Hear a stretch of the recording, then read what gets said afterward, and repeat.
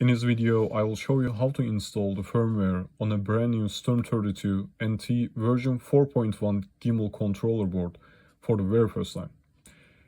Now, before we start, if you would like to skip the whole firmware installation process and avoid any soldering, just head over to my website to get one of these boards with the latest firmware pre-installed, fully tested, and ready to use out of the box. So, what do you need to install the firmware for the first time? First of all, make sure that this is the back of the board, and make sure that you actually connected these solder bridge, which is labeled as BL, which means bootloader. And then, if you flip the board, you're gonna need a Type-C USB cable, and then the only thing you need to do is just connect this. And then the other end, obviously, on your Windows computer. If you see no lights, that is totally fine. In a minute, once we install the firmware, you will see the lights are blinking. And we will start our Storm32 graphic user interface. And make sure that you are actually using graphic user interface 2.7 version. That is the latest version. You can also get that from GitHub.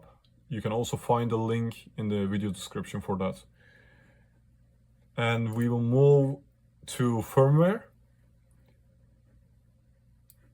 And make sure to select everything accordingly as you see in this screen. We have Storm32 version 4.1 board, and we want to install version 2.7e firmware, which is the latest one. And the hex file, again, you can download that from GitHub, again in the video description.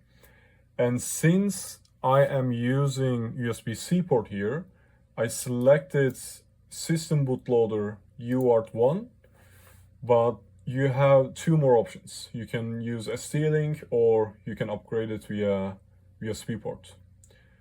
Actually, this is for upgrading already flashed board, so we are not interested in that. Since we are going to install the firmware for the first time, we will use System Bootloader. I just check these checkboxes just to be safe, and once everything is ready, you can hit Flash Firmware, and there will be a terminal pop up. And as you can see, it's downloading, it will do its job. Okay, now we successfully installed the firmware, and now we can click any key to continue. And now we are done with the computer.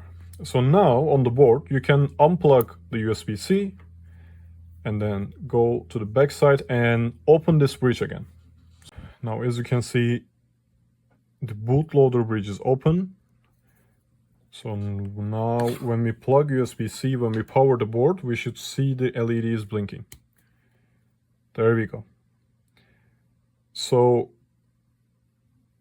the red LED is blinking, which means actually it's alive, because the red LED means it's a heartbeat. So it's functioning perfectly. And if we go back to computer and our graphic user interface, port 13, COM13, let's try to connect. There we go. We have a successful firmware install. As you can see, IMU2 is present, which is the onboard IMU, and the camera IMU is not available because we did not connect anything. And on the next video, I will be talking to you about the ports, what you can use it for, and also how to power up these motor drivers so that you can actually power your motors directly from the board itself.